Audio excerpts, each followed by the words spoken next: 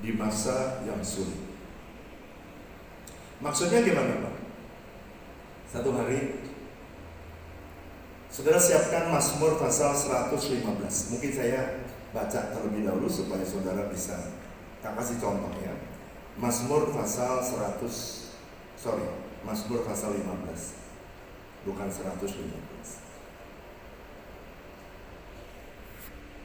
Itu judulnya, siapa yang boleh menumpang dalam kemahmu, ayat pertama ya. Siapa yang boleh diam di gunungmu yang kudus, ayat 2, saudara baca, 1, 2, 3. Yaitu dia yang berlaku tidak bercela, yang melakukan dan mengatakan dengan segenap. 3 saya baca, yang tidak menyebarkan fitnah dengan lidahnya, yang tidak berbuat jahat terhadap temannya, dan yang tidak menimpakan celah kepada tetangganya. Oke, sekarang 4 saudara baca, 1, 2, 3. Yang memandang hina orang yang sendiri, tetapi memuliakan orang yang tak terhadap Tuhan. Yang berpegang kepada sumpah walaupun. Nah, Tuhan bilang gini, siapa yang boleh menumpang di rumah Tuhan, atau siapa yang boleh naik ke atas gunung yang kudus, atau siapa yang boleh tinggal di dalam hadirat. Orang yang begini, ayat 1, orang yang begini, orang yang tidak bercela, orang yang tidak bersumpah palsu, orang yang tidak berbaca. Tapi ayat 4 dibilang gini, orang yang berpegang pada sumpah walaupun rugi. Sekarang baca ayat yang terakhir, ayat 5, baca saudara bersama-sama. 1, 2, 3. Yang tidak meminjamkan uangnya dengan makan riba, dan yang tidak menerima suap melawan orang yang tak bersalah. Sekarang baca keras, tidak ada yang tidak baca, semua baca. 1, 2, 3. Siapa tidak akan goyah 1 tahun, 2 tahun, selama-lamanya. Tuhan janji, kalau kamu hidup dengan integritas. Kalau ayat 1 sampai ayat 4 saya baca semua, lalu ayat 5 Tuhan closing gini. Kalau kamu bisa hidup dengan integritas, kamu tidak akan pernah goyah. Bukan 1 tahun, bukan 2 tahun, bukan 3 tahun, tapi apa? Selama-lamanya. Saya mau cerita ayat yang keempat.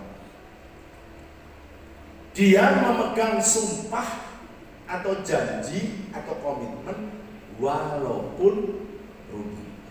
Ada satu orang bisnismen datang kepada saya. Dia bilang gini, Pak, saya ini punya proyek tender dan saya udah menangkan tender, tapi saya udah kerjakan, ternyata saya udah kerjakan ini dan ternyata harga semua naik, Pak. Saya udah ada tanda tangan. Kalau saya terusin pasti rugi. Tapi kalau saya tidak terusin, bagaimana ya, Pak? Terus saya tanya, kamu mau bisnis ini terus apa bisnis ini kamu akan berhenti? Ya saya pengen terus. Kamu pengen naik atau turun? Ya pengen naik, Pak. Kamu pengen diberkati lebih atau enggak? Ya pengen lebih. Kamu mau dibuat perusahaan kamu terus maju atau maju mundur, maju mundur, maju mundur, maju dong. Kamu mau goyah-goyah atau terus tidak goyah? Ya mau tidak goyah dong. Baca Mazmur 15. Dia bersumpah, berjanji, tetap menepati janji walaupun apa? Rugi. Jadi aku jalani, ya terserah kamu. Dan dia pulang. Saya jalani. Kenapa? Sebab ayat ini berkata, kalau udah berjanji harus memegang janji walaupun rugi. Saudara tahu, dia rugi satu proyek ini, tapi oleh ownernya, walaupun dia tahu semua harga naik, ownernya tidak mau berubah. Tetapi karena dia setia sampai akhir, ownernya ini setiap kali temannya datang, didengarkan ya, kalau satu orang kecewa, itu dia akan sebarkan kepada sebanyak orang. Ya sekali kecewa bisnis dengan seseorang dikecewakan, dia akan sebar kepada orang, ketemu semua orang, diberitahu jangan itu, jangan orang itu, jangan orang itu. Terus dia itu kayak reklame tanpa bayar. Tapi kalau dia puas, dia akan menceritakan minimal 9 orang. Minimal dari surga.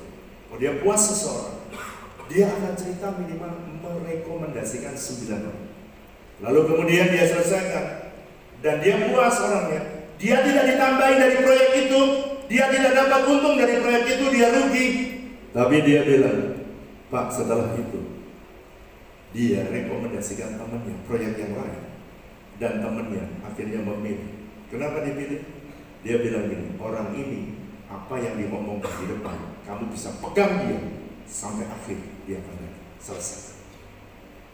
Proyek berikutnya yang kedua datang lagi dan dia bilang, Pak, dia bilang gini, Pak, gara-gara itulah maka saya dipromosikan teman-temannya, pabrik-pabrik yang lain semuanya ngambilkan karena dia punya pegangan. Sekali di depan, kali ini dia tidak mau rugi lagi. Dia di depan, dinaikin yang tinggi supaya kalau ada naik lagi dia tetap untung. Ada temennya lagi direkomendasikan naikin lagi supaya apa? Nebus yang rugi tadi. Temennya lagi naikin lagi, tetap aja diambil. Kenapa? Kadang-kadang orang butuh kepercayaan. Saudara, jadilah bisnismen yang bisa dipercaya.